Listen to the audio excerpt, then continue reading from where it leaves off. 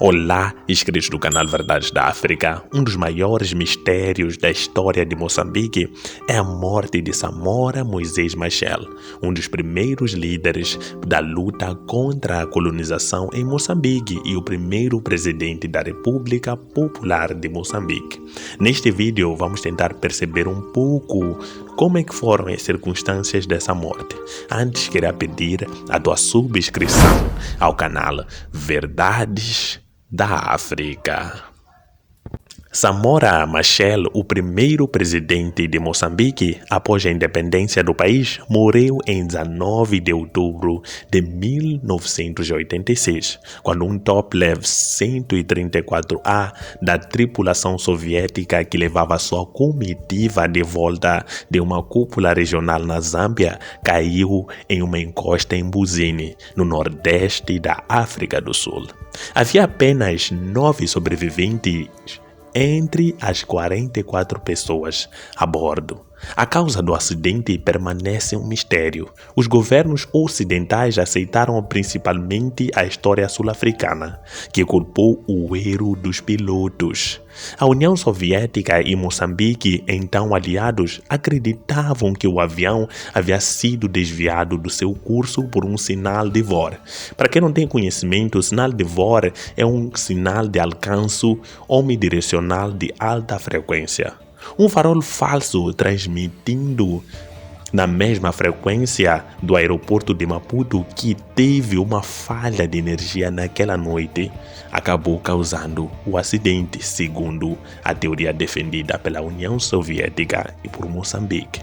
Moçambique e a União Soviética exigiram uma investigação local, mas a África do Sul, o terceiro membro de uma comissão tripartida após o desastre, parou, ignorou protestos, incluindo os de consultores da Organização da Aviação Civil Internacional, e não entregou as caixas pretas até mais de um mês após o acidente. Documentos desclassificados pela França em 2016 não culpam a África do Sul e revelam o amadorismo dos diplomatas franceses.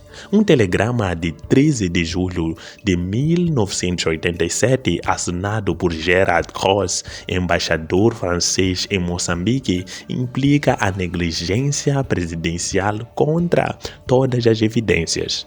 Abre aspas, Machel foi avisado sobre a obsolência daqueles aviões e as deficiências dos procedimentos dos pilotos soviéticos. Fecha aspas.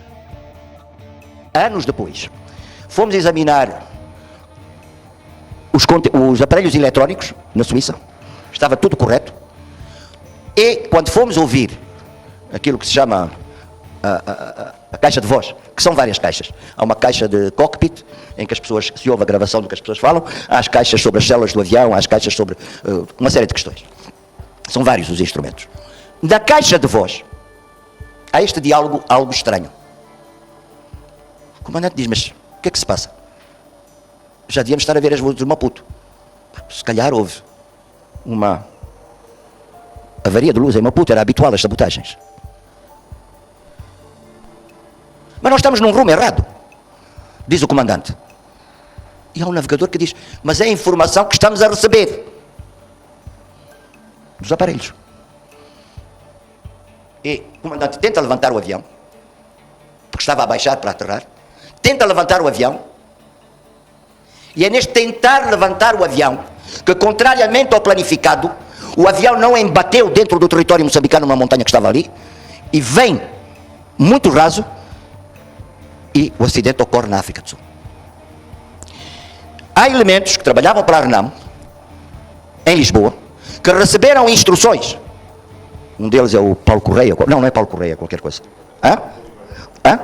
Paulo Oliveira, que diz que recebeu instruções para declarar que a RENAM tinha abatido o avião. E depois foi anulado. Porque não foi abatido, não foi por tiro, não foi por foguete, não foi por... 2. A mentira de Pink Bota. As acusações não constavam do relatório da Comissão do Inquérito Sul-Africano, produzidas pelo juiz Cecil Margot, em julho de 1987. Margot havia sido oficial da Força Aérea Sul-Africana e sabia que o Tupolev que levava Machel, construído em 1980, tinha instrumentos atualizados. A embriaguez dos pilotos foi uma invenção do ministro das Relações Exteriores sul-africano Pik Botha, logo após o acidente. Isso mesmo antes de serem feitas as autópsias para constatar se realmente os pilotos estavam embriagados.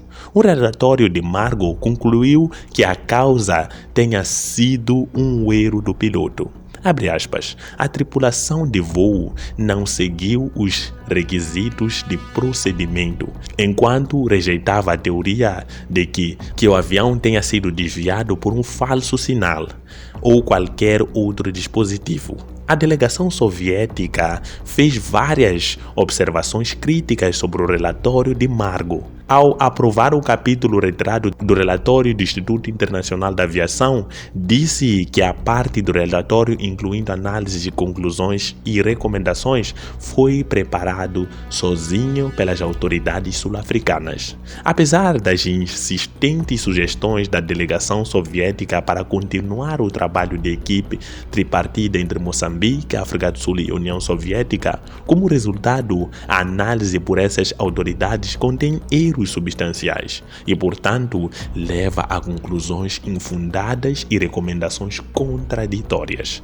Declaração de testemunhas do acidente de Mbuzini aceitavam ou davam a entender a teoria do envolvimento sul-africano e, em 1996, Moçambique e a Rússia exigiram que o inquérito fosse reaberto e os destroços do acidente fossem analisados. No entanto, grande parte dele havia desaparecido quando os sul-africanos levaram para os seus distritos como troféus de caça, segundo Graça Machel, a viúva do presidente, que em 1998 se tornou a segunda esposa de Nelson Mandela. O que é que está por detrás da tragédia de Mbuzini? Por que ela aconteceu? E por que nunca deve voltar a acontecer noutras gerações, ainda que não seja a geração dos que estão vivos aqui? Machel e seus inimigos. Machel, o pai da independência da ex-colônia portuguesa, tinha sido comandante na guerra de guerrilha lançada em 1964 pela Frente de Libertação de Moçambique, Frelimo, e assumiu a liderança em 1970, um ano após o primeiro líder da Frelimo, Eduardo Mondlane, ter sido morto por uma bomba-pacote ou por um pacote-bomba.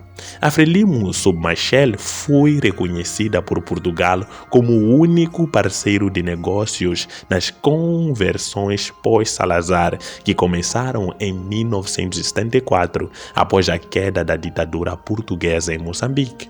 Depois de chegar ao poder em junho de 1975, Machel, com o apoio da ala marxista da Frelimo, lançou as bases para uma economia socialista que levou à saída de dezenas de milhares de antigos colonos. Ele lançou um programa de racionalização rural voluntarista, embora autoritária, modelos nas aldeias Ujamaa da Tanzânia, que trouxe conflito com as chefias tradicionais das regiões centro e norte daquele país. No entanto, a principal oposição à Frelimo não era rural, mas da Renamo, a Resistência Nacional de Moçambique, formada por um punhado de colonos brancos de Moçambique e seus aliados na Rodésia do Sul, atual Zimbábue, que se ressentiam do apoio da Frelimo à luta de guerrilha de Robert Mugabe. A Renamo recrutou mercenários, tirando proveito do descontentamento rural, e realizou as suas primeiras operações em 1977. Depois que a independência do Zimbábue foi reconhecida em 1980 e Mugabe chegou ao poder como primeiro-ministro, a África do Sul tornou-se o centro da oposição a Machel, que havia oferecido ao movimento do apartheid do Congresso Nacional Africano, o ANC, um lar. A África do Sul, que tinha um PIB 25 vezes superior ao de Moçambique e era a potência mais forte da África subsaariana, forneceu a Renamo apoio militar e financeiro. Moçambique, que dependia de seu vizinho para obter receitas do porto de Maputo, logo ficou economicamente incapacitado. Os ataques da Renamo minaram a agricultura de Moçambique e a sabotagem das linhas elétricas da barragem de Caorabassa privou a eletricidade em muitas partes de Moçambique e assim Samora havia acumulado muitos inimigos ao redor da África subsaariana e na parte interior de Moçambique. Quando estava a conversar com uma prima, podemos dizer neta, mas é prima, é filha da sua tia. Eu ali perto, ali. Quando essa neta dizia, tio, eu quando ouvi do que o tio saiu, foi não sei para onde, o tio saiu, eu não fico satisfeito porque antes de matar. E ele disse a essa neta de que você não fica atrapalhada. A minha morte não vai ser aqui no terrestre, será lá no espaço. Será no espaço, aqui na Terra, já me procuraram, não vamos, aqui não pode me matar, não pode me apanhar. Só lá no espaço. Dito e feito, ele morreu no avião. Pequena conclusão. Em 1996, a Comissão de Verdade e Reconciliação, criada pelo presidente Nelson Mandela para investigar crimes sob o apartheid, coletou declarações sobre o acidente de Toplev. A conclusão foi apresentada com novas evidências ligando o acidente com as atividades da antiga Força de Defesa da África do Sul. Há perguntas sem respostas ao longo da jornada que levaram à perda de mais de 30 vidas nesta encosta. E não deixaremos pedra sobre pedra para garantir que na plenitude do tempo nada além de toda a verdade seja conhecida sobre esses eventos. A imprensa sul-africana tem, no entanto, por vezes levantado a possibilidade de cumplicidade moçambicana, sobretudo nas altas patentes das suas forças armadas. Parece certo que pelo menos 2 técnicos de torre de controle do aeroporto de Maputo, Cornélio Vasco Cumbe e Antônio Cardoso de Jesus, foram recrutados e a saldo do agente sul-africano Craig Williamson, que também esteve por trás do assassinato de vários ativistas anti-apartheid, estiveram envolvidos no acidente de Samora Machel. Muitos se perguntam por que um novo inquérito para determinar o que aconteceu no acidente não foi aberto desde o controverso relatório de Margo. É sobre proteger alguém na África do Sul ou alguém em Moçambique? Existem várias questões por serem respondidas. Até hoje, muitas indicam o envolvimento de altas patentes de Moçambique em colaboração com o regime do apartheid. Essa é uma história que até hoje não tem uma certa conclusão. Não se sabe quem exatamente arquitetou a morte de Samora Machel. Todas as explicações feitas até hoje são explicações vagas e não dizem nada. É assim como terminamos o vídeo de hoje. Muito obrigado. Olhar a África numa perspectiva africana.